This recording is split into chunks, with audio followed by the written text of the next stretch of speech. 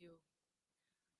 I was indoctrinated so much at Mona that I know Jamaica land we love just as good as I know in plenty and in time of need. Please be seated. We will now have the CARICOM song.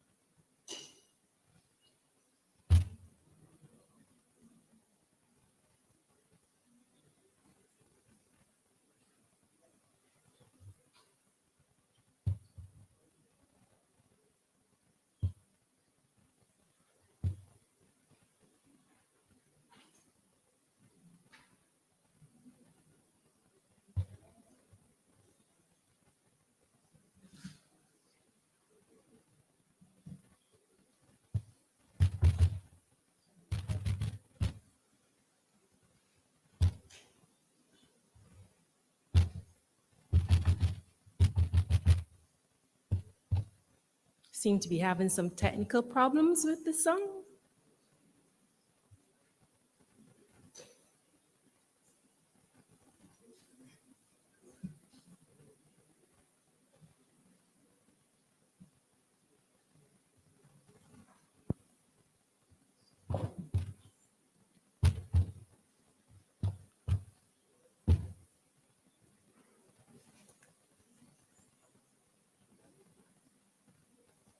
Does protocol allow us to play the song at another point in the program? Okay, so let's go on. The Honorable Melford Nicholas, Minister of Information, Communication Technologies, Utilities and Energy, Antigua and Barbuda. The Honorable Rodwell Ferguson, Minister of Youth, Sports and Transport, Belize. The Honorable Karine James, Minister of Climate Resilience, the Environment and Renewable Energy, Grenada. The Honorable Conris Maynard, Minister of Public Infrastructure, Energy and Utilities, Domestic Transport, Information, Communication and Technology and Posts, St. Kitts and Nevis.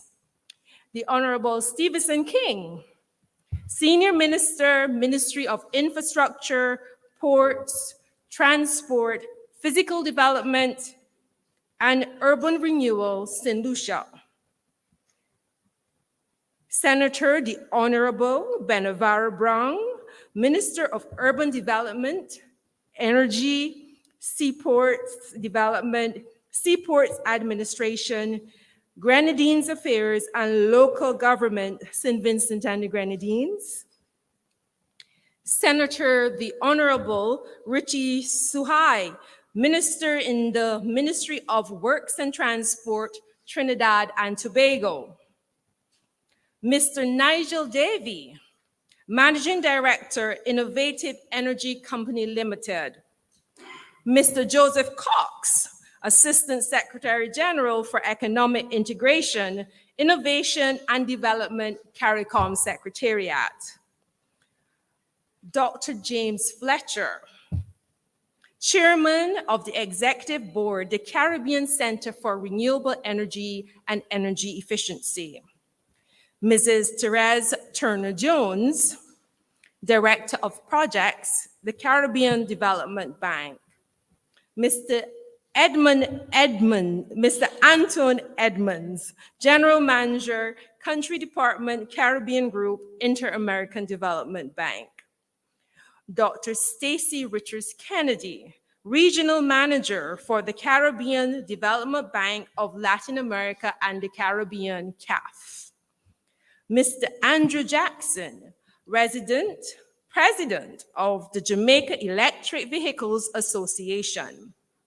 Professor Denzel Williams, Pro Vice Chancellor and Principal of the University of the West Indies, Mona. Professor Vincent Palacio, President of the University of the Belize. Permanent secretaries, delegates of companies and delegates of countries, diplomatic corps, development partners, members of the private sector, media, ladies and gentlemen. Good evening to you all.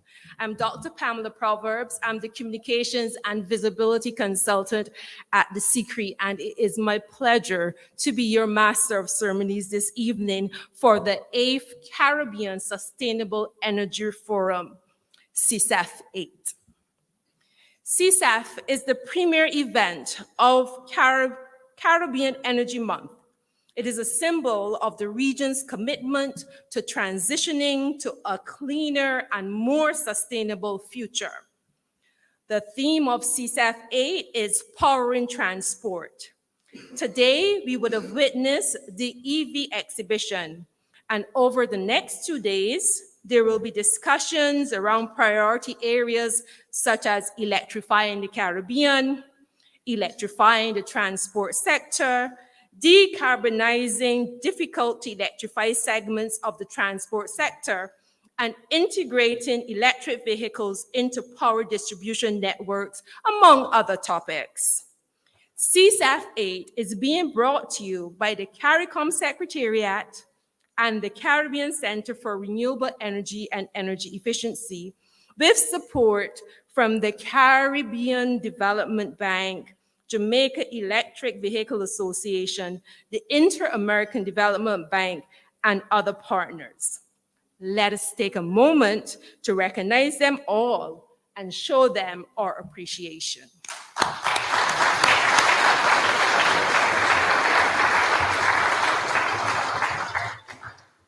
Thank you. Tonight, the task of delivering the official welcome is that of Mr. Andrew Jackson, President of the Jamaica Electric Vehicles Association. Please help me welcome Mr. Jackson to the lectern.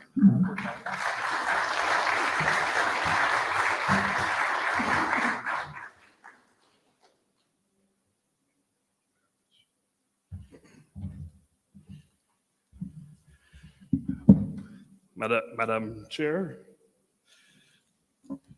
distinguished guests, ladies and gentlemen, good evening. On behalf of the Jamaica Electric Vehicle Association, I would like to welcome you to this 8th Caribbean Sustainable Energy Forum. Ladies and gentlemen,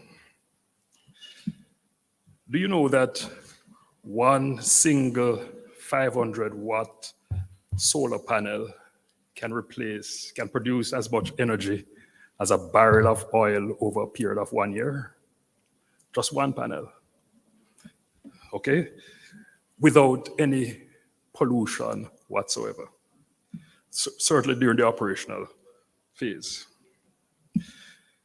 For over 100 years, we have been converting fossil fuel to electricity, to light, transportation.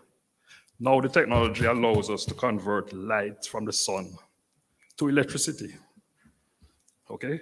Converting photons into electrons, okay?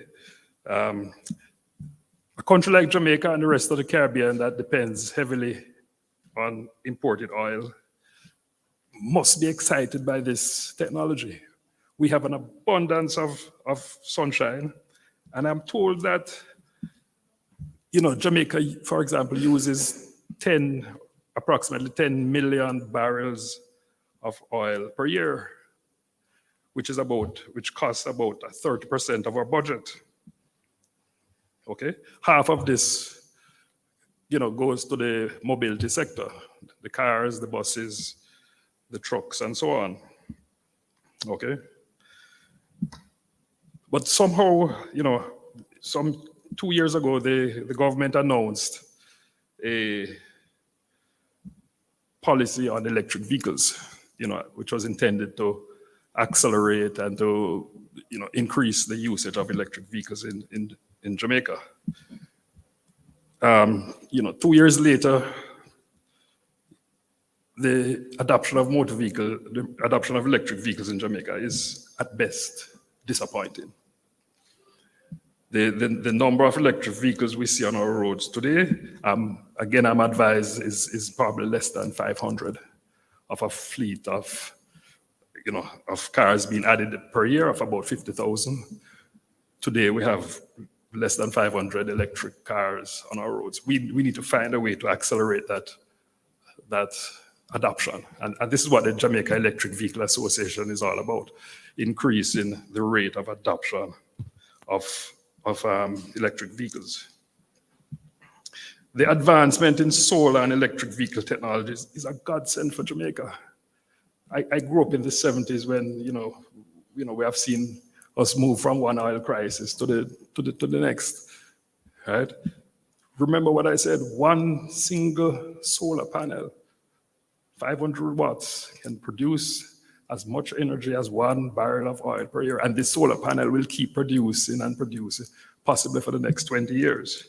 It is a godsend for Jamaica. And, we need to find a way to make this work for us. Welcome to this forum. Welcome to this conference.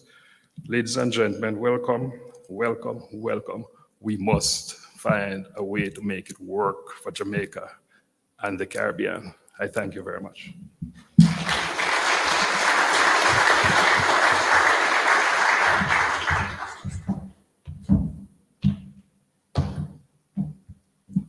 Thank you, Mr. Jackson. And this forum is about finding a way for Jamaica and the Caribbean. So what a wonderful note to end on. Our next speaker is Dr. Stacy Richards Kennedy.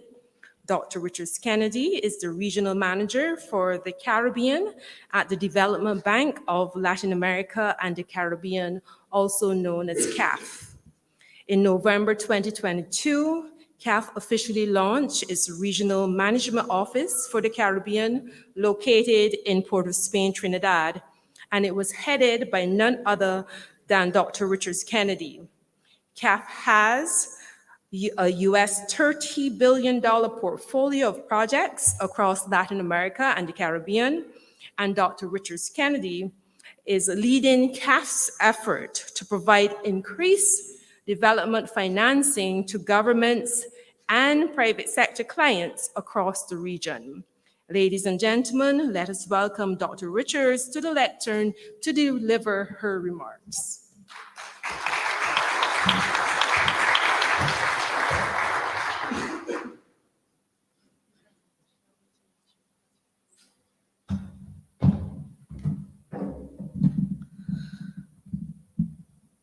Distinguished ladies and gentlemen, I stand on the protocol that has already been established. Good evening.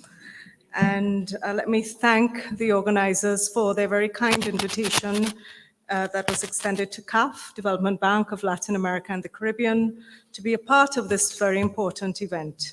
It is truly an honor to address the participants on the occasion of this 8th Caribbean Sustainable Energy Forum. We're very pleased to be a sponsor and also to be deepening our partnership with the CARICOM Secretariat, my brother Joseph, and with specialized regional institutions like the Caribbean Center for Renewable Energy and Energy Efficiency. Our Caribbean needs tangible progress on these issues: climate change, sustainable energy, and transport. Just last week, we were at another energy summit in Barbados, and I heard the president of the Caribbean Development Bank say that without sustainable energy, there can be no sustainable development. And without climate action, there can be no sustainable development. And so CAF, as an institution, has at our DNA, at our very core, a commitment to regional integration and sustainable development.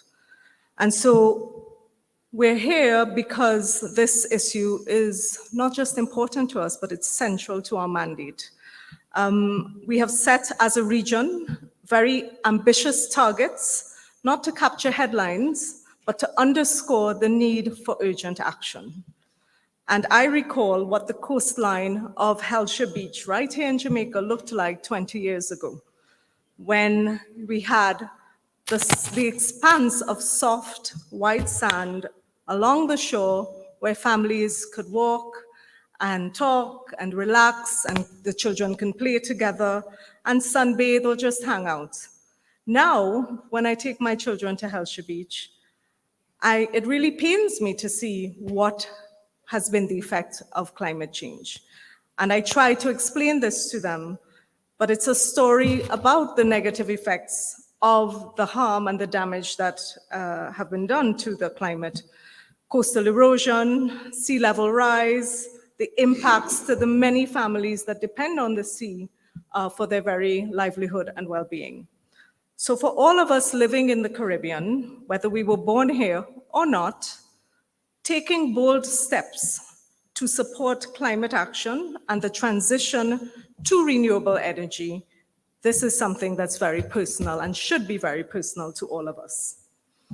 CAF congratulates the organizers on creating this dedicated space to exchange ideas on these issues in a very synergistic way.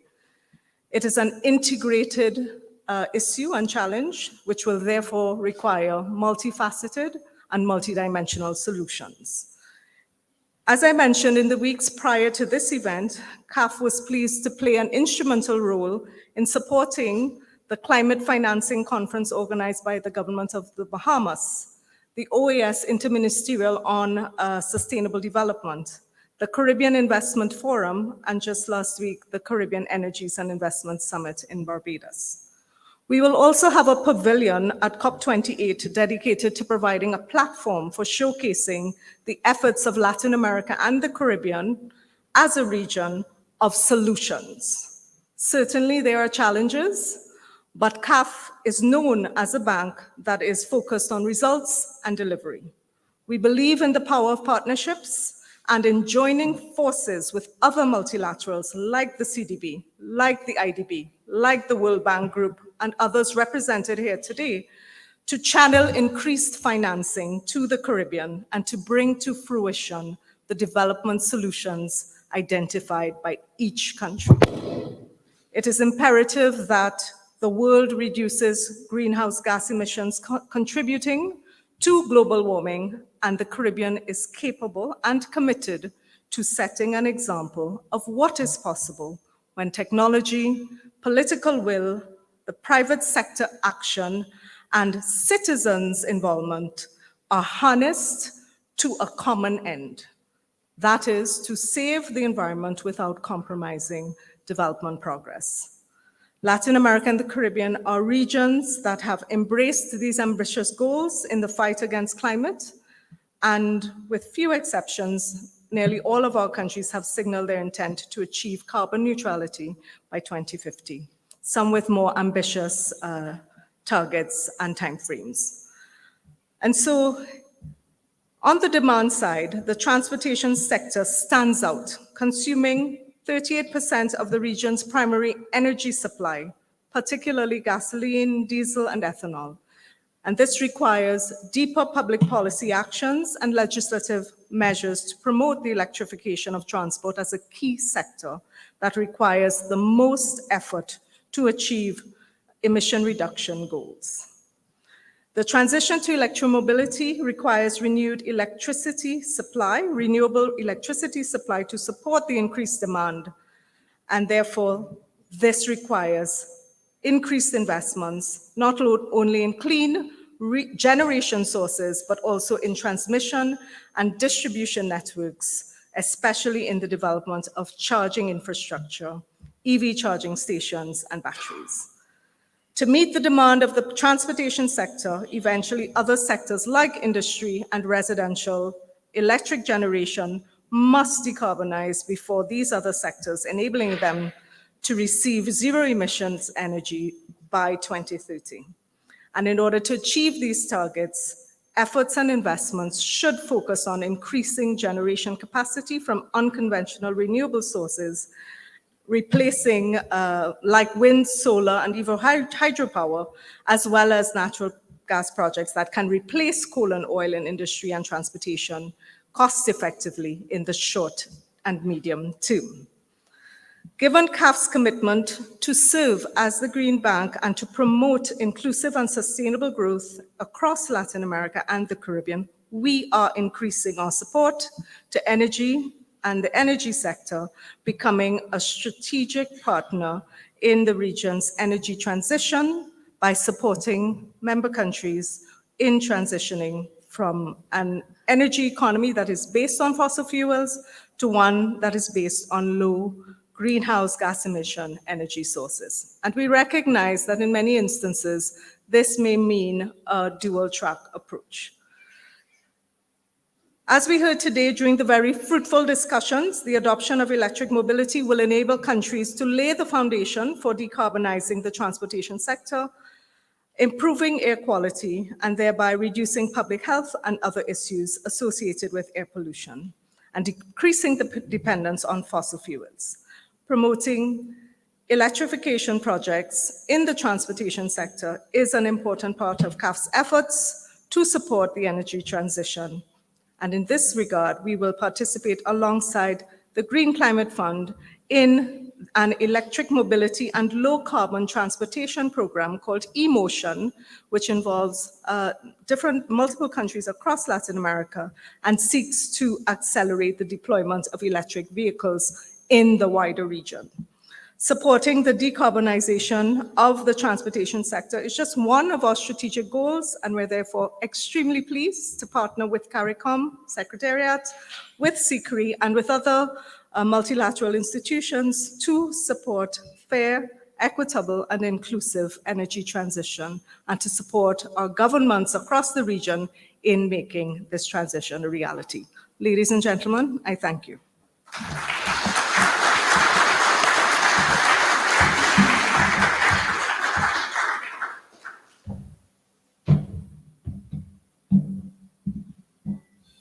Thank you, Dr. Richards.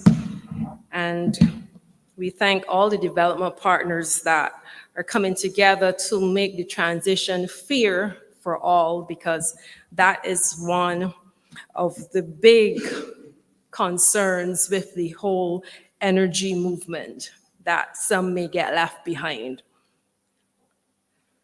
The Inter-American Development Bank is another one of our strategic development partners making CSEF VIII happen.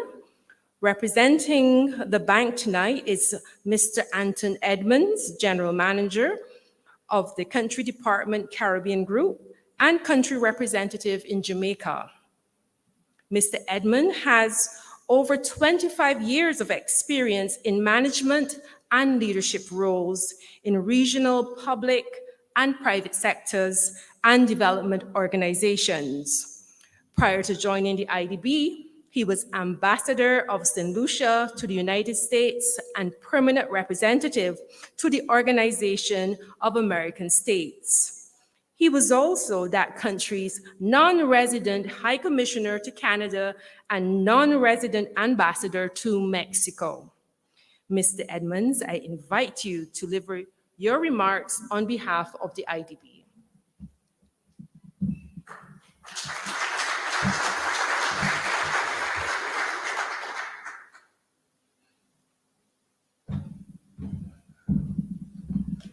Good evening, ladies and gentlemen. Honorable ministers in attendance, ASG Cox, good to see you. Dr. Fletcher, always good to see you. Mr. Minister from St. Lucia, I think because of you, well, not because of you, I'm in this job now versus my prior one, but that's between us.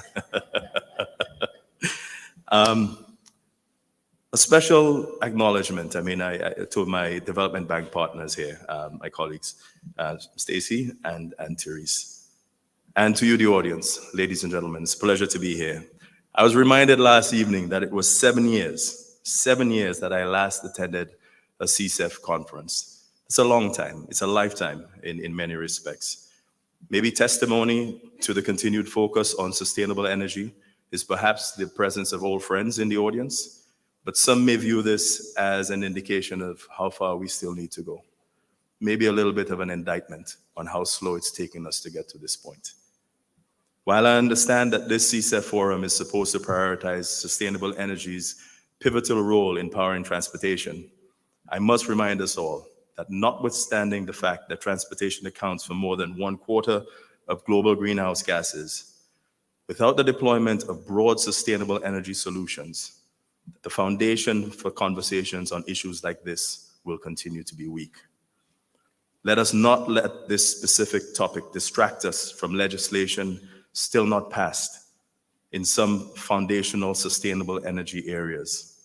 Let us not let this specific subject distract us from the fact that the broader enabling environment is still not that enabling, and that there are special interests within both the public and private sector space that will continue to be oftentimes an impediment to progress. The issue of sustainable transportation does not exist in a vacuum. It exists as a logical follow-up from basic sustainable development goals that we have long set for ourselves. We have to revisit those goals and address them even as we look ahead. For us at the IDB, we're committed to working closely with governments, regional organizations, and other stakeholders to advance a just energy transition by mobilizing technical resources, knowledge sharing, and financing. Through technical assistance, we are contributing to energy planning, the development of enabling regulatory environments and policies for clean energy, roadmaps for decarbonization in the power sector and beyond, including in e-mobility, and in hard-to-abate sectors such as long-haul transportation, shipping, and aviation. Earlier this year, we signed an MOU with the Caribbean Shipping Association, and we are supporting them with knowledge sharing, awareness raising, and targeted studies related to the decarbonization pathway of this particular industry. We as an institution provide long-term financing for investments in resilient clean energy infrastructure through bank capital and, when possible, blended with concessional financing from various sources. We endeavor, and I'm not necessarily paid to say this, but it is a fact that we endeavor to bring a whole of bank approach to the engagement. We have IDB Lab, which is our innovation center and incubator of sorts. We have the sovereign side of the IDB, which I technically represent here today. But we also have IDB Invest, which is the private sector arm, the entity that is supposed to look for opportunities to partner with those looking to deploy solutions in this space. One of the things that I would suggest that we continue to do is to look at the issue of regional approaches.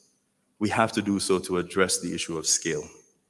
As we all know, small economies that are not of scale are at times not able to enjoy cost-effective solutions and have limited bargaining positions with technology providers.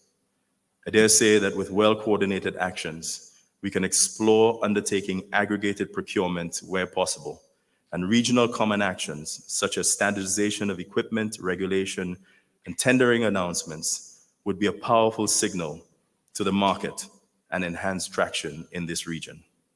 There's a role here for all of us to work together, including the aforementioned development partners. With badly coordinated actions, however, we risk denying our people the opportunity to advance. We stunt their development as well as our own. I look outside today, 7 years later from the last CSEF. Urban areas have grown, sprawl has expanded, and there are more cars on the road than ever. And our windows are up. That's the scarier part. Our windows are up. Let us use these discussions at this event to be a renewed call for action to harness our collective knowledge and innovation to accelerate a just and resilient energy transformation in the Caribbean, including for the transportation sector. Ladies and gentlemen, thank you.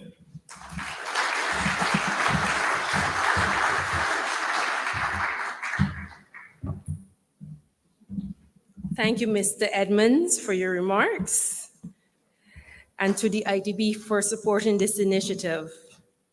We are also pleased to have the Caribbean Development Bank as one of the hosts of CSEF VIII, Representing the CDB this evening is its Director of Projects, Mrs. Therese Turner-Jones.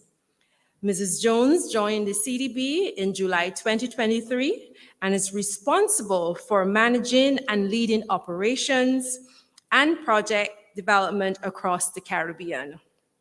A trained economist, Mrs. Turner-Jones has over 30 years' experience in macroeconomics and economic development, with special expertise on the Caribbean and Latin America. She served the International Monetary Fund in senior posts for over 20 years, both at a staff and board level. Between 2013 and 2022, she worked at the Inter-American Development Bank, where she served as General Manager of the Caribbean Group. A member of the International Women's Forum, Mrs. Turner-Jones is passionate about financial inclusion, gender equity, children, vulnerable communities, and the environment. Ladies and gentlemen, please help me welcome Mrs. Turner-Jones to the lectern.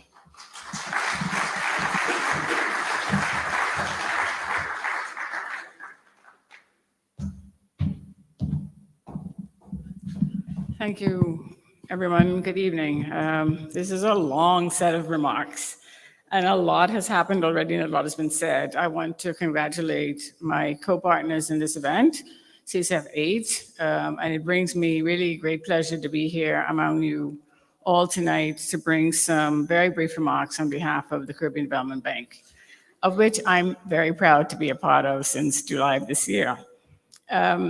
Listening to Anton and Stacy share their institution's vision of decarbonization and what's happening in our region, I just want to pick up on one point, which is how slow it is that we're moving. And think of it in terms of the 55% target by 2030. We are now in 2023, and we're only at 12%. So that's kind of like the big message for me tonight, is that we're moving too slowly and there's a lot to do. Not to mention, and also picking up on the points I've already raised, how crucial it is for this region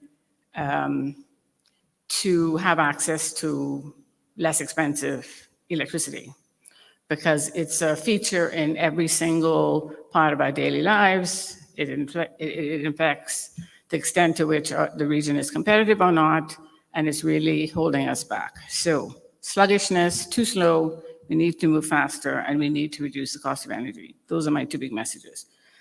So at the CDB, what we're doing to help the region address both these issues is to think about how do we accelerate, how do we get in the mindset of every single policymaker and every single consumer in this region that we're too slow.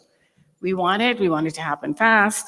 We want to be driving those electric vehicles, but we want to have a stable, we want to not have, what did I hear today? We don't want to have, what's it called?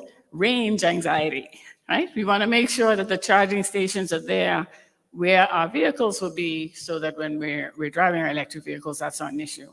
But I think more importantly, we need to overcome lots of barriers, including the fact that there is regulatory arbitrage happening in this region, among ourselves. We can't figure out how to work together to put together a common set of regulations that will really drive this sector.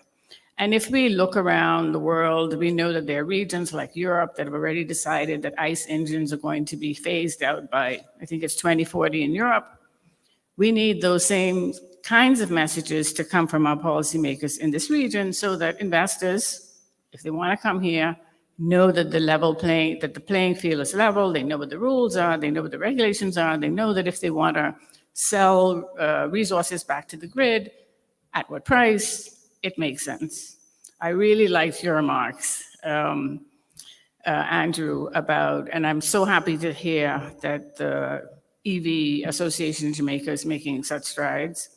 I've been associated with this work for a long time, and it really makes me happy to see that there is progress. There is a lot more progress that needs to happen. I'm now living in Barbados, where the access to charging stations is probably the highest penetration in the region, and the whole idea behind it with the climate. We really need to get ahead of the curve in terms of not just advocating for these changes on the ground with our policymakers and with the private sector, but to help make it happen.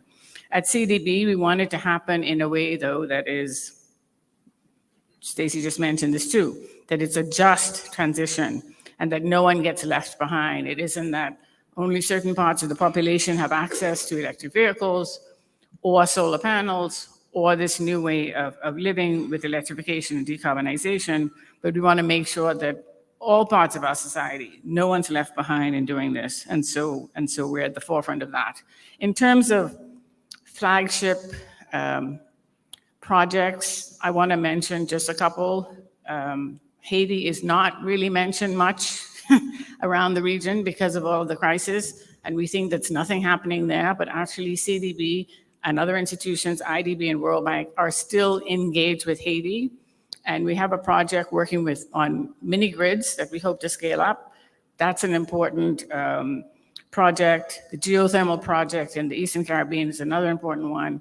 But we also want to emphasize how important it is that everyone in this room, all of the partners, that we work together on a set of common goals to raise the profile of this region in this area of electric mobility and transportation. And let's not forget, this is the big area that we're not talking about so much in this room, that the transportation of goods and the transportation of people also need to be included. It's not just driving our cars from here to there, but it's also how do we get our goods? How do we deal with maritime transportation that Anton mentioned? There are lots of opportunities. This is really an opportunity for all of us to work together. With that, I want to wish you all a very successful CSEF VIII. And I want to join James in saying that we're at a moment of enough talk, more action, more urgent action, more accelerated action in terms of results. And let's just do this because we don't have a choice. Thank you.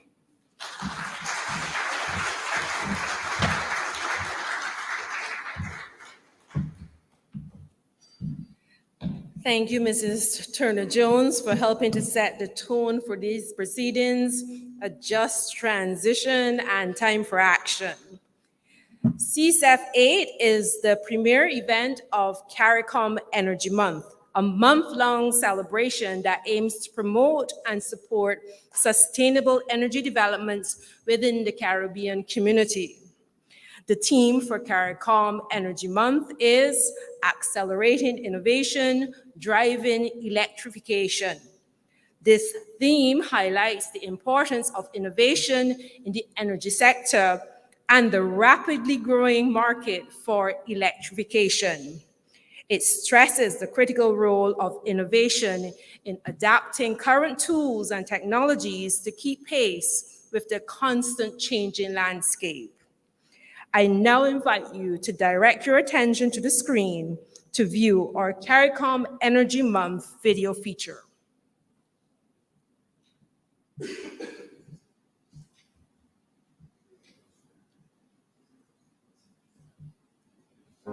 A region in terms of energy, one word, it's in transition.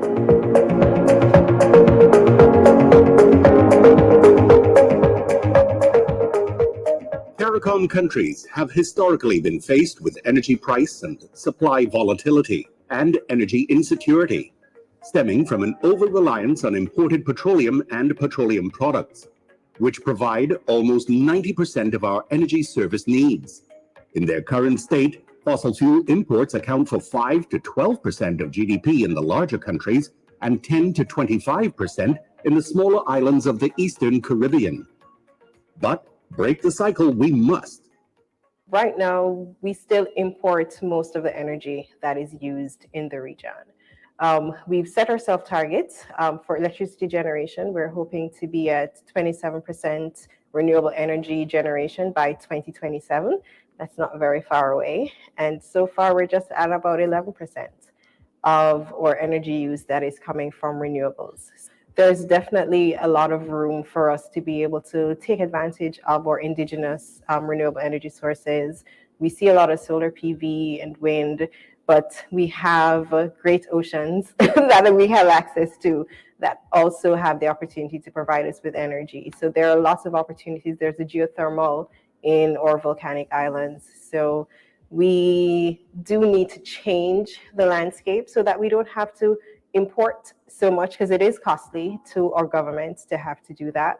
But also we could have the potential to start exporting energy if it is that we can produce more than we actually need for the citizens of the Caribbean.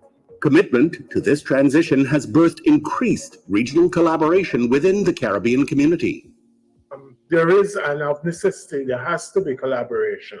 Again, there's in various stages of implementation, but you find that countries are sharing, for example, technical assistance where necessary. But the other aspect of it is that we have to be conscious that for some of our countries, some of our member states, their geographic space and population is so small that in some cases, the smallest energy solution would be way in excess of whatever the capacity they would have. And therefore, you have to look at cross-border solutions and collaboration through that experience. And I do find that the talks are advanced in some respects. Capacity of the region's people in the energy sector. These initiatives are vital for reducing energy costs and hitting national and regional sustainable energy targets. Despite these positive steps, challenges remain. The costly initial investment, limited funding, and outdated infrastructure are often hurdles. A former Prime Minister of Jamaica once said it takes cash to care, and everybody, knows what that really means. Bottom line is, based on the targets that were established in 2013 for renewable electricity generation by CARICOM, for 47% of the electricity that we are producing to be from renewable sources, it's a big amount of money. And when I say big, I mean not as large as required for some other things, as we know, but we're talking about upwards of $12 billion across the countries in the region to meet that kind of target, 47% renewable electricity generation. 12 billion across the 15 member states of CARICOM is an exorbitant amount. This is like anything ranging from 5 to 12% of the GDPs of some of these countries when we run it on a country-by-country basis. Challenging is funding the transition. And so that is one of the roles that the regional organizations definitely helps to support. So like the Caribbean Development Bank, CDB, they are one of those who are driving, those financial initiatives. We do have programs that we work through the CARICOM Secretariat, just so that we can help our governments to meet these targets that they would have set. So yeah, it's been interesting because the commitment is there. And what we've found is that when we work together, that we're usually able to access more financing as well as to develop better programs, because a development partner may not necessarily want to fund a 10 megawatt solar farm. But if you put together 10 megawatt farms in different islands, then that now becomes more attractive. And so having regional organizations like the SICRI, like the CDB and the Secretariat and 5Cs pulling together projects that can benefit multiple countries is definitely one of the ways that we've been able to help to support the financial side of it. The Caribbean's energy sector is at a critical junction. Transitioning from fossil fuels to renewable energy sources is essential for energy security, sustainability, cost savings, and combating the effects of climate change. It's an expensive transition, but it might be more expensive if we don't actually make the changes that we need to make. It's one that is complex. That's the best way of summarizing it, that it's one that is complex, and that complexity comes at with significant work, significant dedication, and requires significant upfront investments. But in the end, it's the kind of complexity which will deliver us a more resilient and a more secure energy future. People expect me to say good luck, and that luck will attend to us. And I do believe that luck will attend, but not luck as you would have interpreted normally. I use luck as an acronym. Labor under certain knowledge. What that means, once we have the requisite data, once we have the requisite legislative fixes, once we have the requisite changes to financial strategy and policy that will afford, broadening and deepening the engagement of persons in the market and in the energy transition, the hope for the region is bright.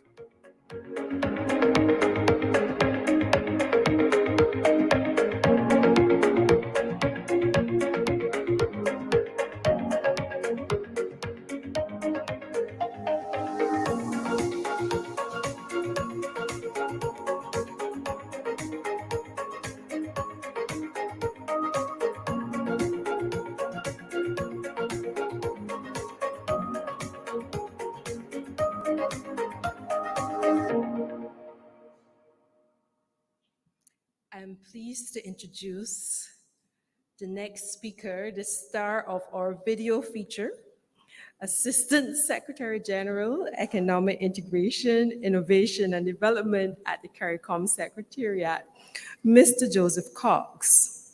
Mr. Cox is an applied economics consultant and advocate with a career spanning 30 years.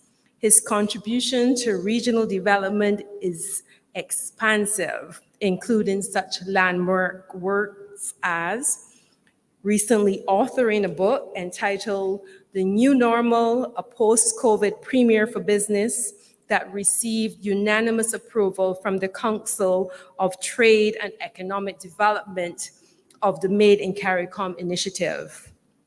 He also developed a project preparation facility through the CCRI.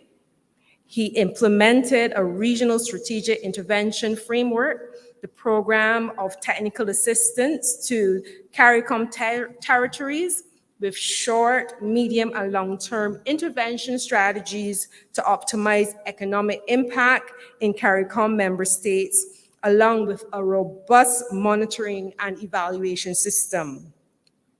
Prior to his CARICOM posting, Mr. Cox was the managing partner for the Center for Growth and Development in Jamaica and doubled as the executive director, Growth Secretariat at the Planning Institute of Jamaica. He also provided oversight for the Inter-American Development Bank, Government of Jamaica Competitive Enhancement Program. Ladies and gentlemen, please help me welcome an outstanding son of the Jamaica soil and outstanding regionalist, Mr. Joseph Cox.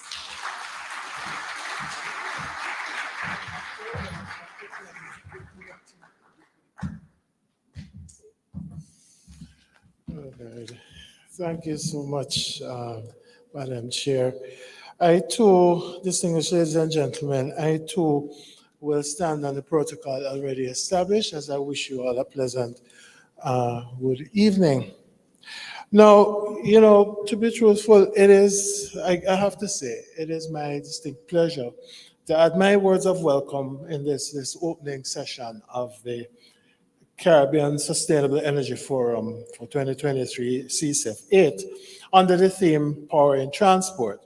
Now, the importance and timeliness of this forum needs really very little articulation as it contributes and represents yet another invaluable contribution to the CARICOM Energy Month as it provides another platform for knowledge exchange and shared learning from implementation experiences within CARICOM. Now, in contemplating the current dynamic within the regional energy space, the focus on power and transport is not a road paved with good intentions, but gives voice to an unvarnished truth. Indeed, the region is confronted with a paradox of development as it finds itself at yet another inflection point, where on the one hand, we are confronted by the prediction by the World Bank of oil prices hitting somewhere between, up to $150 per barrel by 2024, and therefore meaning even higher electricity rates. if the Israeli-Hamas war morphs into a regional conflict. On the other hand, electrification and the adoption of renewable energy solutions within CARICOM is being hindered by supply chain challenges, archaic legislation, outdated power grids, and high interest rates. Indeed, we must remain mindful of the mounting concerns that some Caribbean countries may not be ready to transition to electric vehicles, insofar as in some jurisdictions, even 1% of total vehicle imports of EVs would or might bring significant strain to the electricity grid. However, as we transition on this new path, we must remain cognizant that the cost of electricity within the region has been persistently high over the past 2 decades.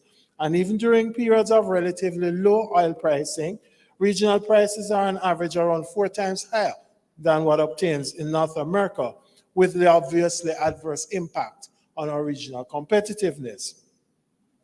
Similarly, globally, mobility represents roughly between 20-25% of final energy consumption. The vast majority of CARICOM member states, however, exceed this global average, and in one instance, the transport sector records over 60% of total energy consumption, also far exceeding the consumption by the electricity sector.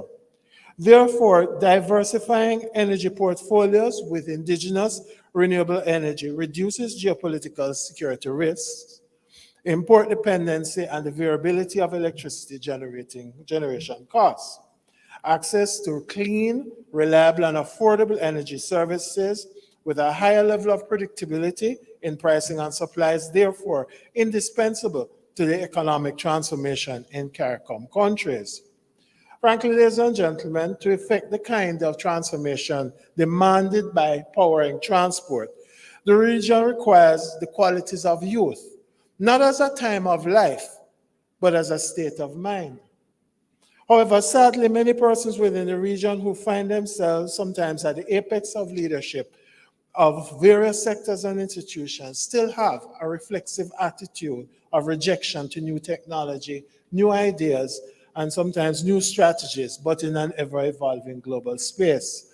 The net effect is sometimes a region seemingly marred by antiquated approaches and buffeted by perennial challenges.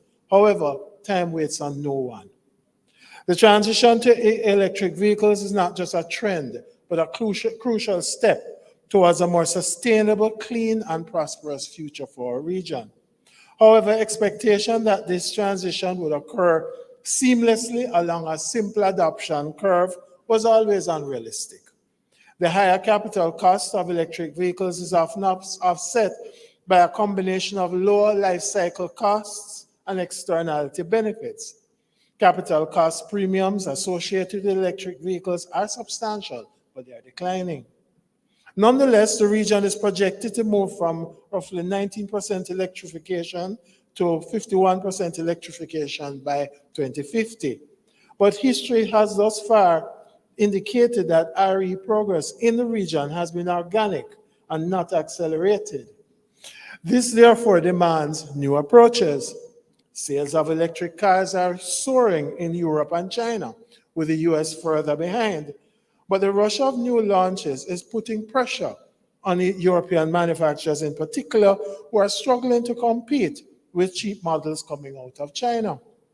In fact, according to the CFO of Mercedes-Benz, some manufacturers are pricing battery electric vehicles similarly to petrol variants despite higher costs of production amid intense price competition. In other words, ladies and gentlemen, economic dumping of vehicles has already crept into the EV market. Indeed, though EV sales in the US are still growing, the pace has slowed. In the first half of 2023, EV sales rose 49% from 1 year before, a slower rate than the 63% increase last year. Manufacturers who have adopted a strategy of hedging their bets on EVs by continuing to invest in hybrids, hydrogen-powered cars, and other alternative eco-friendly vehicles are also influencing market outcomes. In fact, much of the pressure on European car makers to switch to electric is coming from China, whose government has heavily subsidized the industry. Chinese manufacturers have never managed to export large numbers of petrol and diesel cars to Europe or the US, but now brands such as BYD, NIO, and the Chinese-owned MG are gaining market share relatively rapidly, to the alarm, of course, of the traditional car makers in Europe and the United States. The pressure, however, on the European industry has led to the EU recently launching an investigation into Chinese electric vehicle subsidies, a move that could eventually lead to tariffs on imports in an effort to protect the home industry. Nonetheless, EV sales are on pace to reach roughly 47 million in 2033, or 20% more than gasoline cars. This translates to a tenfold expansion in EV market over 12 years. This is of particular relevance as the EU is slated to ban the production of the internal combustion engine by 2035, with Nissan in Japan also following suit. Now, this move comes as policymakers worldwide tighten restrictions on vehicle emissions to promote a shift to EVs. In Europe, the new Euro 7 emission standards are on track to go into effect as early as July 2025, with some manufacturers determining that these rules will raise the cost of developing the ICE engines or the internal combustion engines to unsustainable levels. On our part, frankly, ladies and gentlemen, in my view, this will require a strategic shift in our development model to be even more inclusive. In fact, it is time that as a region, motor vehicles are recognized as tools of trade rather than merely for pleasure, and in so doing, reassess the applicable import duty framework. This would actively discourage the dumping, and I use dumping in a classic economic term, of internal combustion engine vehicles in our market when the transition to EVs become more pronounced and emission standards in Europe render the ICE vehicles uncompetitive in that market, but continue to be viable in the Caribbean. This requires urgent legislative intervention. Similarly, while we are cognizant that several CARICOM member states offer several incentives to encourage the procurement of hybrid and electric vehicles, including the removal or significant reductions in import duty, there is potential abuse of the process looming. Indeed, some EV manufacturers offer subscription-based upgrades to unlock additional features or capabilities of the vehicles, such as increased range, improved performance, or advanced driver assistance systems. It might seem counterintuitive, but automakers have been increasingly paywalling features and services for their vehicles, including some features that are physically built into the car already. These features are being charged for on a monthly basis. This, therefore, is likely to constitute significant revenue leakage to our already fiscally strapped member states, as the applicable motor vehicle import duties or revenue foregone, as the case may be, by the countries are founded on the CIF value of the vehicles. If features that would have normally enhanced the value of the vehicles are being implemented on a subscription basis, usually monthly, then the revenue foregone or collected, as the case may be, becomes compromised. For automakers, the advantage of this model is clear. Not only do they get a stream of recurring revenue for years after the initial purchase, but they can hope to maintain a longer-term relationship with the customer and build brand loyalty. Indeed, amid supply chain disruptions, geopolitical tensions, and the transition towards green mobility, manufacturers are, frankly speaking, trying to work out how to preserve their profit margins. It was all made possible by the advent of the over-the-air software updates, which were pioneered by Tesla around a decade ago and are now entering the mainstream. Today's vehicles are more internet connected and computerized than ever before. In fact, frankly speaking, I think we're driving mobile computers. But if companies can reach deep inside a vehicle to add new capabilities and tweak things from a distance. Brands such as Lexus, Toyota, and Subaru invite owners to pay for the convenience of being able to lock or start the cars remotely through an app. In some BMWs, you can pay to unlock the automatic high beam headlights, which dim for oncoming traffic. Indeed, in 2020, BMW floated the idea of pay-as-you-go heated seats and steering wheels. General Motors and Ford both offer subscription plans for their hands-free highway driving systems.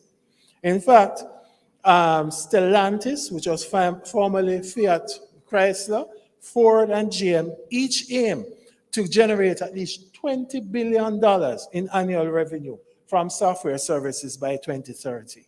In this regard, automakers argue that this approach can also allow them to streamline manufacturing by building cars to more uniform specifications, with the proviso being that down the line, owners can add on the features they want a la carte.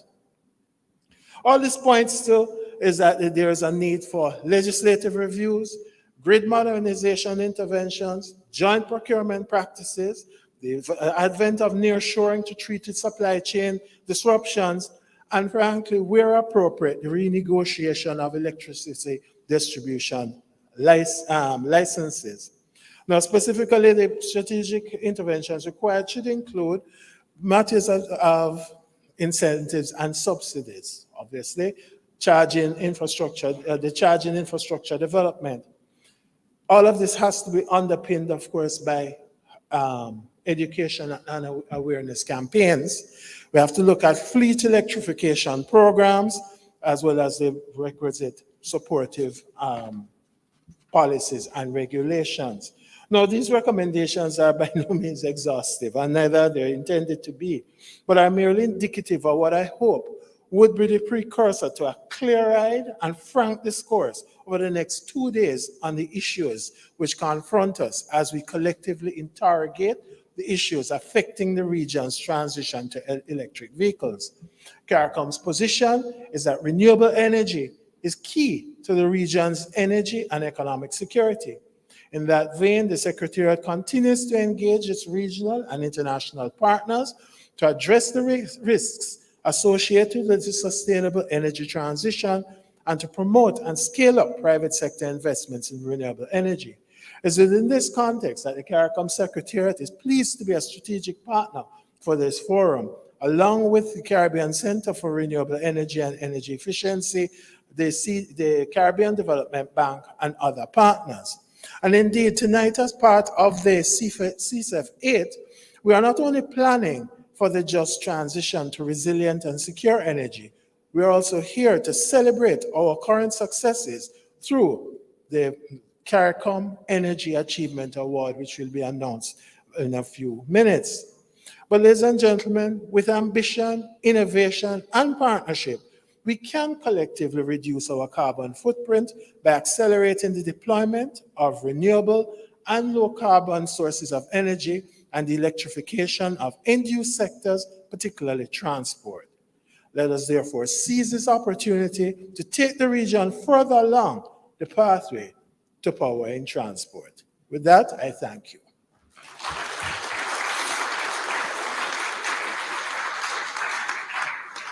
Well, ladies and gentlemen, they won't get rid of me that quickly.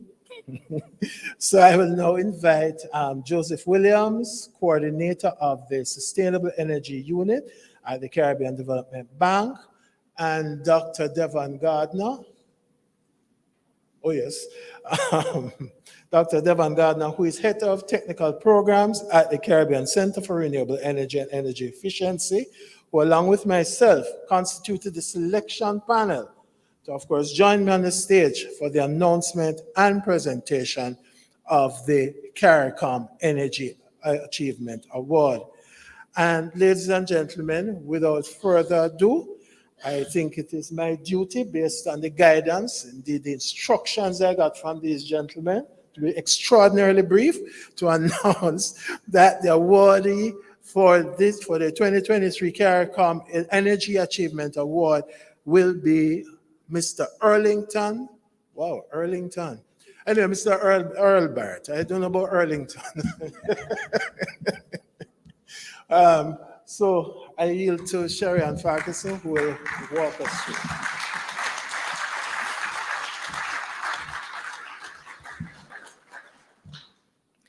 Mr. Earl Barrett is an engineer with over 40 years of experience and has been at the helm of the VIII wind farm for more than 12 years. He holds a Bachelor of Science degree in electrical engineering from the Milwaukee School of Engineering, Wisconsin, USA. He holds senior management training from the Kellogg Graduate School of Management, Northwestern University, and the University of Illinois at Urbana-Champaign. Mr. Barrett is a lifetime member of the Institute of Electrical and Electronic Engineers, the IEEE, and a past chairman of the Electrical Engineering Practices Committee of the Bureau of Standards, Jamaica. Mr. Earl Barrett is the managing director of the VIII Wind Farm, which is the largest wind energy facility in the English-speaking Caribbean and was built by the government of Jamaica to help diversify Jamaica's energy mix in 2004 with the commissioning of a 20.7 megawatt plant, VIII Phase 1. Under the leadership of Mr. Barrett, this was followed by the development of VIII Phase 2 in 2010, which generates 18 megawatts of power, and VIII Phase 3, the further expansion of another 24 megawatts of the facility, was officially commissioned into service in June 2016. Mr. Barrett pioneered the democratization of the ownership of VIII Wind Farm when VIII was listed on the Jamaica Stock Exchange in March 2019 through an initial public offering, an IPO, which allowed an estimated 31,000 Jamaicans to contribute to the nation's energy transition by owning shares in the company. Once listed on the JSE, VIII became the second energy-related company on the market. Mr. Barrett continues to innovate and accelerate the development of the sustainable energy sector in the Caribbean through partnerships with electric mobility providers Flash Motors, the establishment of the VIII training facility, which certifies practitioners in solar thermal, solar photovoltaic, bioenergy, and of course, wind energy. This stellar track record of the VIII Wind Farm under Mr. Barrett's leadership has led to VIII being chosen as the thematic hub for wind energy for the Caribbean Center for Renewable Energy and Energy Efficiency. Mr. Barrett is unavoidably absent this evening, and so I now invite Ms. Michelle Chinlen, Head of Energy at VIII Wind Farm, to join me on stage to collect the Caribbean Energy Achievement Award on behalf of Mr. Barrett.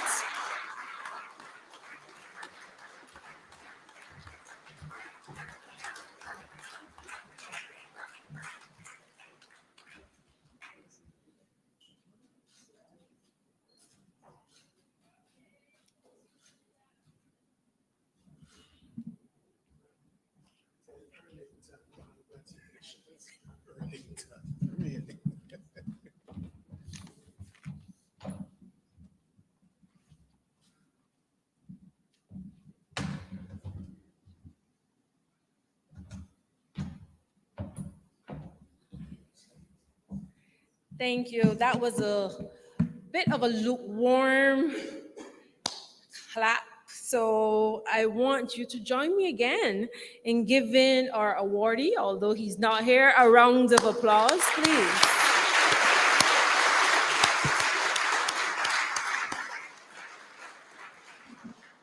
Thank you very much. The focus of CSEF VIII, as you know, is powering transport. And we're really pleased with the response from the Jamaica private sector for this event. This evening's keynote address is a demonstration of the leading role the private sector is playing in driving electric mobility in the country. It therefore gives me great pleasure to invite Mr. Nigel Davey, the Managing Director of Innovative Energy Company Limited, to deliver the keynote address. Mr. Davey is an entrepreneur, an energy professional with over 30 years of experience in the energy sector. He currently serves as the Managing Director of Innovative Energy Company Limited, an engineering, energy, and construction company which he founded in the early 2000s with operations in Jamaica and the Caribbean. Prior to launching his own company, Mr. Davy developed, financed, constructed, and operated over 15 cogeneration and energy infrastructure projects in the United States, Central America, and Jamaica.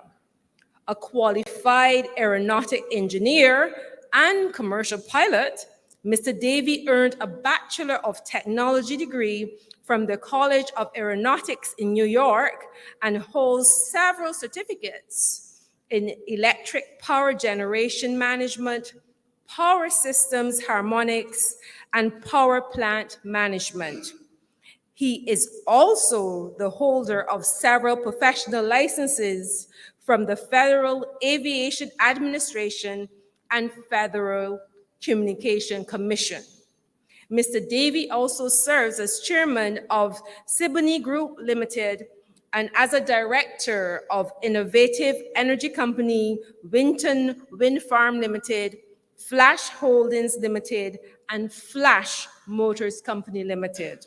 Ladies and gentlemen, please help me in welcoming our keynote speaker, Mr. Nigel Davy, to the lectern.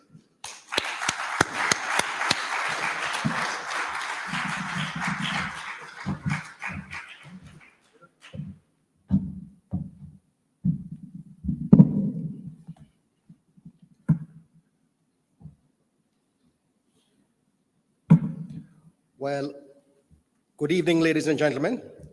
I'm going to also stand on the platform that all protocols have been observed. But let me first extend a warm welcome to our visiting dignitaries and all attendees in general. I also want to recognize the organizers of the Caribbean Sustainable Energy Forum, particularly Mr. Devin Gardner and his team. Carbon neutrality and sustainable energy have become a global consensus and the pursuit of energy independence by major countries, including smaller states like ours within the region. And these will accelerate energy transformation. This forum is indeed timely, and we all hope that it will be a catalyst for the exponential growth in the development of sustainable energy in the region. We occasionally use the terms sustainable and renewable energy interchangeably to the chagrin of some of our learned colleagues. But for clarity, renewable energy is energy that is created and replenished naturally, while sustainable energy reliably meets both the short and long-term needs of society while maintaining the natural environment. My focus today will be centered around sustainable renewable energy.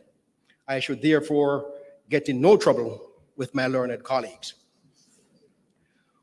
With the growth in sustainable renewable energy, regional states like Jamaica concurrently reduce our dependence on imported fossil fuel and enable us to better contain the inflationary effects of volatile fuel prices on our fragile economies. CARICOM has the potential to substantially wean itself from petroleum fuels as we know it. Still, our regional governments must be deliberate in setting lofty yet achievable RE penetration goals and follow up with enabling policies that ensure that these goals are achieved. Our petroleum in the region is the sun, wind, hydro, and geothermal, and we have an abundance of the former. Let's therefore responsibly exploit these natural and renewable energy resources to decarbonize and grow our economies. CARICOM can potentially be a major player in this sustainable renewable energy thrust. Renewable energy is no longer considered frontier technology.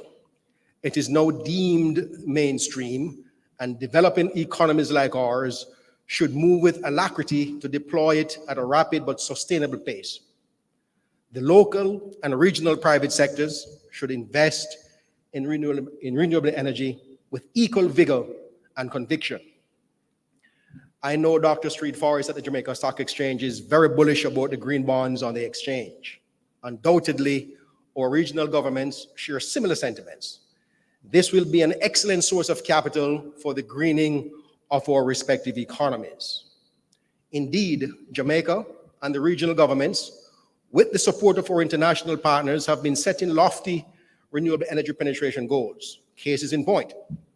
Recently, Jamaica issued a request for proposal for 100 megawatts of renewable energy. Guyana did something similar a year or two ago. Barbados has somewhat liberalized its electricity sector.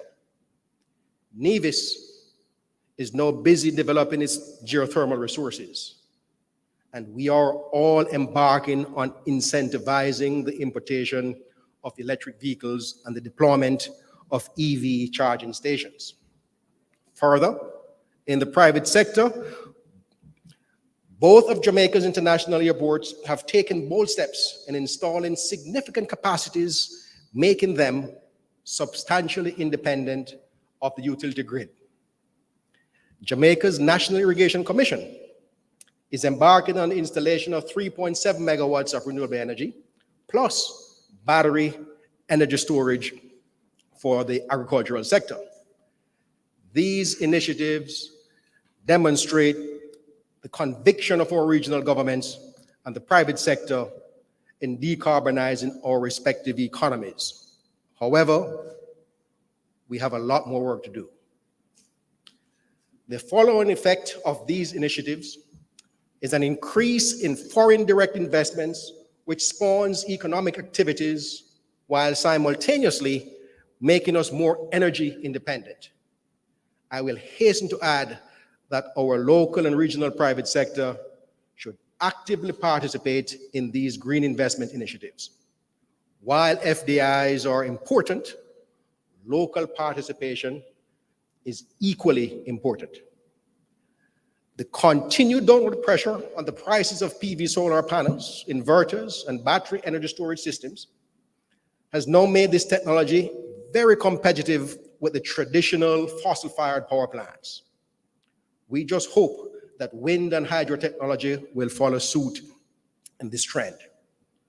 Developers, investors, and grid operators, supported by policymakers, should work in harmony to ensure that the deployment of green energy is properly structured and preserve or improve the resilience of our electric grids.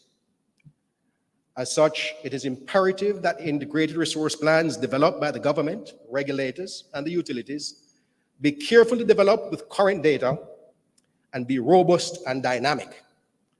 These IRPs should serve as a blueprint for the structured rollout of renewable energy.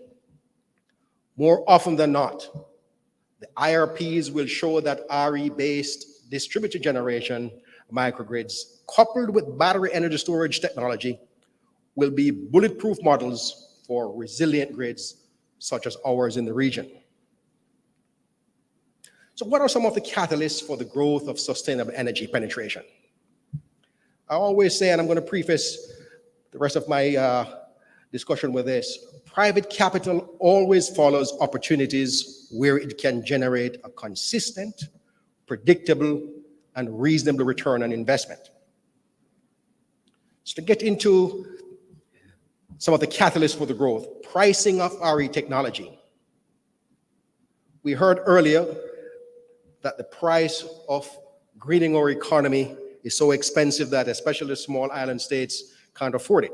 But today, the continuous downward pressure on prices for PV solar and battery energy storage makes this technology most affordable for the region. As technology is rapidly evolving, this trend could change. But let's not be paralyzed and delay making investment decisions today. We also need enabling government policies. We spoke about EVs earlier. The reduction in import duties on electric vehicles and motorcycles should be continuously pushed by the Jamaica Electric Vehicle Association and others. We also need specific legislation or amendment to the various lighting acts to facilitate the sale of electricity via EV charging stations. And I will just underscore the fact that EV charging station by the private sector is technically selling of electricity. And as we all know, here right in Jamaica, JPSCO, the utility, is the only legal seller of electricity. So we must implore our government to amend the Lighting Act to facilitate the rapid rollout of EV charging stations. We also need to amend legislation to further liberalize the electric sector, not only on generation, but also on the transmission and distribution. I heard Mr. Joseph Cox underscore that point earlier. Also, specifically to allow for leasing of power generating assets, roof space, and sale of power by third parties. Barbados has a model that fosters this investment segment, and Jamaica and other Caribbean states should take a close look at this model with a view to adopt it in some form or the other. Governments and other stakeholders should also look at other creative ways to make electric vehicles more affordable and attractive for our various citizens. Coupling between power and transport and power and industrial sectors. The usual question we ask, if we deploy a significant amount of renewable energy, what do we do with excess capacity? Of course, we can do power to gas. Power to gas is where we use electricity to produce green hydrogen for fuel. This may be used as fuel diversification in our motor vehicle sector, and also as an exportable commodity. Power to fertilizer. With an abundant, inexpensive renewable energy, we can electrolyze water to produce hydrogen and convert hydrogen to ammonia, and then ammonia to fertilizer. This too may be used in our local agricultural sector and as an exportable commodity. Power to water. Some of our CARICOM partners have challenges with adequate potable water, yet we are surrounded by the Caribbean Sea. Now, with inexpensive green energy, we will be enabled the deployment of desalination plants for affordable potable water throughout the region. Financing is also a challenge to really deploy green energy or sustainable green energy effectively. So access to competitively priced capital is usually one of the major obstacles. The regional governments and the private sector should seek grants and inexpensive capital from the Green Climate Fund, multilaterals, we have some here today, the green bonds, and similar institutions to unlock and deploy regional RE projects. Conversely, the Green Climate Fund and similar multilateral agencies should seek to make access to these funding sources less bureaucratic. So in closing, ladies and gentlemen, let me challenge our investment community, our utilities, regulators, and governments to work in harmony and move with alacrity in decarbonizing our regional economies. The long-term benefits to our people and our economies are too numerous to delay this thrust. Thank you.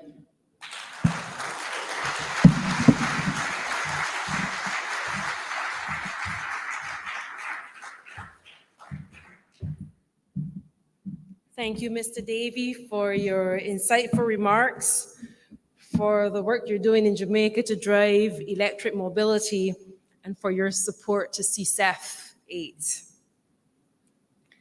Bringing the curtains down on the opening ceremony of CSEF VIII is the chairman of the executive board of the CCRI, Dr. James Fletcher. Dr. Fletcher is a former minister of government in St. Lucia, with responsibility for public service, sustainable development, energy, science, and technology. He's also the founder of the Caribbean Climate Justice Project. Dr. Fletcher was elected as chairman of the executive board of CCRI at the first meeting of the third cycle of the board on Tuesday, December 6, 2022. Dr. Fletcher is a key figure in the Caribbean's 1.5 to Stay Alive civil society campaign. During COP21 negotiations, he was chosen by the COP president to be part of the ministerial team that assisted in reaching consensus on the elements of the Paris Agreement. Please help me welcome the chairman of the CSEF, Dr. Fletcher, to deliver the closing remarks.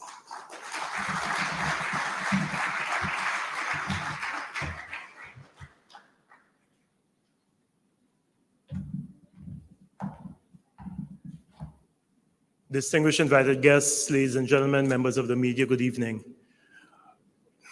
Maybe 15 years ago, in a previous life, the head of one of the UN organizations resident in Barbados, for Barbados in the Eastern Caribbean, said something to me that I took great offense to. He said, "Jimmy, I've worked all around the Caribbean, all around the world, and Caribbean people amaze me.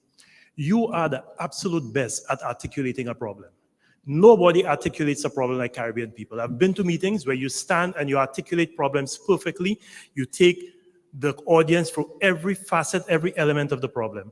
The problem is 2 meetings later, 3 meetings later, 4 meetings later, 5 years later, you're still doing the same thing." And I took offense to it because it wasn't a good reflection on us. He made that statement to me in 2008. 15 years later, I've come to understand and appreciate the wisdom of that statement.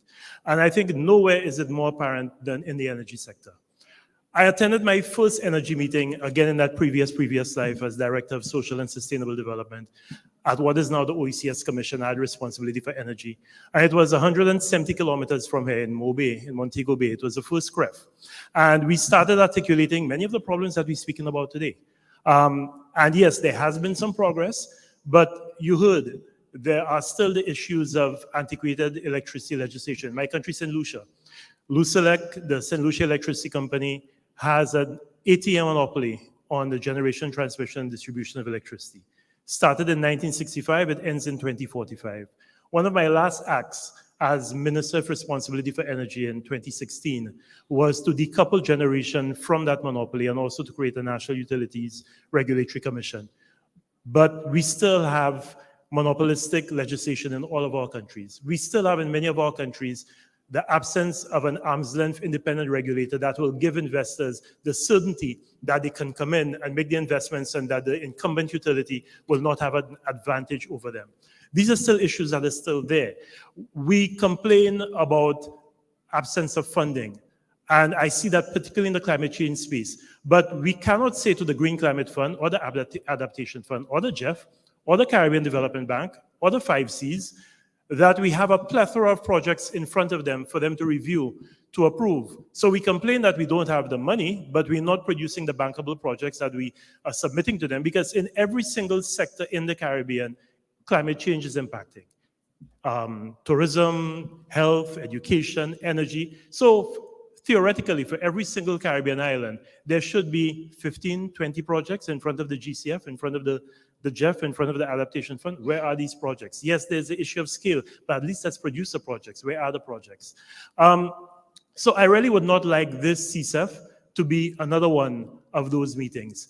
Again, in a previous life, I distinctly remember at the 54th Quoted on energy in Ghana in 2015, and the 55th Quoted on energy and the environment. My memory is still good, Joseph. Again in Ghana, Dr. Vince Henderson, who at the time was chairman of SIDSDOC, is now Minister of Responsibility for Energy, is Honorable Vince Henderson in Dominica, made an impassioned plea to us, the Ministers of Environment, Ministers of Energy, in the Caribbean, on why we needed a CSEF, why we needed a Caribbean Center for Renewable Energy and Energy Efficiency. Some of us had doubts because we didn't see how CSEF fit into that energy ecosystem in the Caribbean. You already had an energy desk in CARICOM, you had CDB doing work in energy, and we were not convinced that there was a need for CSEF. Vince convinced us that there was a need for CSEF. There is a need for CSEF, but I think, and I'm speaking now as the chairman of CSEF, we need to reconceptualize what is that space that CSEF should be occupying in that regional energy ecosystem. And I'm hoping it's one of the things that comes out of this meeting, because as the chairman of CSEF, I need to be able to, we have a board meeting coincidentally on Friday here in this hotel. We need to start looking at how CSEF fills that void and acts as a catalyst for this energy transition in the region. And we would like this to come out of this. One of the items on the agenda I see is dealing with excess renewable energy. Excess renewable energy? Where is the renewable energy? How can we talk about excess renewable energy when we're not even anywhere near the 47 or 45% that we've set as our target? So, you know, we have to be realistic. This Caribbean needs energy champions. And we do not have energy champions in the Caribbean. We need, and I'm looking at some of the ministers in the room, we need you to be energy champions. We need you to take this energy sector and in your own domestic jurisdictions, ensure that the legislation that will remove these monopolistic, antiquated electricity supply acts is repealed, and that we have modern energy legislation, a suite of legislation, that we have independent arm's length regulators in all of these countries that would give independent power producers the certainty, the confidence that they can move into that space and they will be operating on a level playing field with the incumbent utilities. We need also innovation, and we need our universities to come in. I'm very happy that both the University of the West Indies and the University of Belize is here, because I remember Al Binger of Sidsdorf, who has done so much work in this region, exciting me as a minister about OTEC, Ocean Thermal Energy Conversion. My staff started getting tired of hearing me talking about OTEC. But I saw in OTEC an opportunity for small island developing states to deal with this vexing problem of baseload power, particularly those that don't have geothermal. And OTEC had so many other side effects that could come. We still know further with OTEC, and I think there we need academia to come in and with the private sector to see how we can develop OTEC that can work for us. But the transport sector, that's what we're here to discuss. It's not just the vehicles, but how about coal ironing of our ports? How about saying to our ports, our port authorities, that we will green our ports, and we will say to these big mega cruise ships that come in, and every time one of these cruise ships berths in one of our ports, it uses between 5 and 7 megawatts of electricity. Imagine St. Lucia, 4 cruise ships, which we see routinely during the cruise ship season, berthed at Point Seraphin and Port Carenage. That's 20 megawatts of electricity. That changes the business case of the utility company tremendously. So we're exporting energy now. You don't have to be converting it to green hydrogen or green ammonia. You're selling it to Norwegian and to Royal Caribbean and to Celebrity and Carnival. That's energy that is being exported. So these are opportunities that we have to take advantage of. But finally, having founded the Caribbean Climate Justice Project, it would be remiss of me if I don't speak about this issue of just transition. We have to ensure that everybody is a participant in this energy transition. Because right now, the poor person in the Caribbean couldn't care less about this energy transition because they cannot afford to put solar PV panels on their rooftop. First of all, their rooftop cannot accommodate solar PV panels. The wiring at their homes cannot accommodate solar. I'm just going through the process myself of putting up solar PV panels, and I have to do a complete retrofit of my wiring because I have to bring it up to code, and it costs money. Not to mention the fact that the average PV system costs, what, 10, 15,000 US dollars? They can't afford that. So how do we get them excited? Because they're the ones who their electricity bill is a bigger percentage of their disposable income than it is for me. While I would love to reduce the amount I'm paying to LUSELEC, for the poor person who's paying maybe $35, $40 a month, that might be 40% of their disposable income. We need to see a way in which we can reduce it, and maybe microgrids in some of these communities, maybe populating all the public buildings adjacent to these impoverished communities with solar PV panels and using that to offset their charges. Maybe these are some of the things we can do, but we have to get them excited about this energy transition. Otherwise, you'll find that it's a very small subset of our population that is interested in this. And the issue of vehicles, let's not forget, this explosion in vehicles on our roads happened when people were able to go on the internet and buy their own vehicle and bypass the car vehicle dealers. That is the only time electric vehicles will take off in this region. I'm sorry, it doesn't matter how much government reduces import duties on vehicles, they will still be outside of the range of the average person who is driving a vehicle on those roads. So we have to see if this happens, how do we prepare for it? And we don't have the same problems that we had when we had this abundance of ICE vehicles on our roads to now have an abundance of computers with outdated operating systems running on our roads and the perils that that can cause.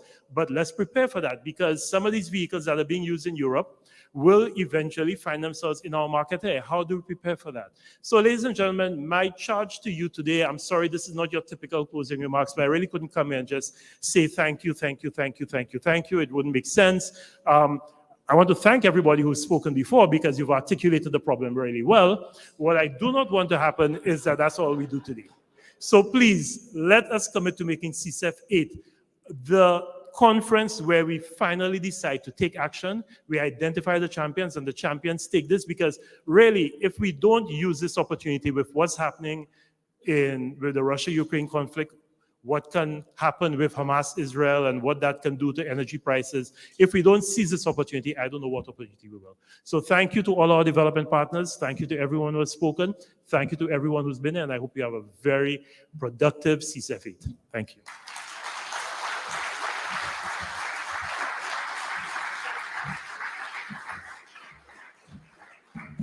Thank you, Chairman. Thank you, Dr. Fletcher.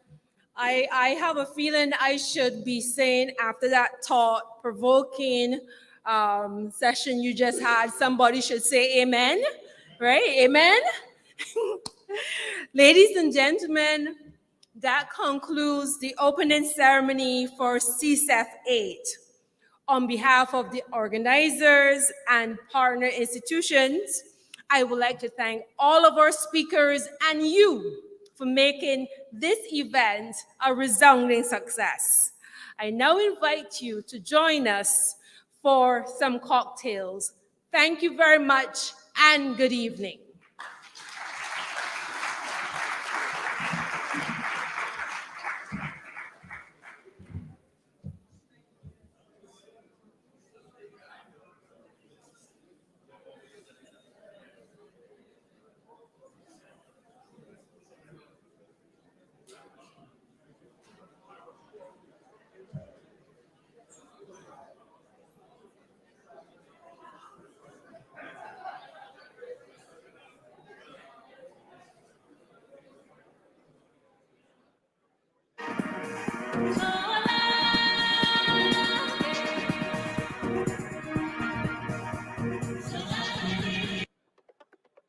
Wake up, Africa, the time is now.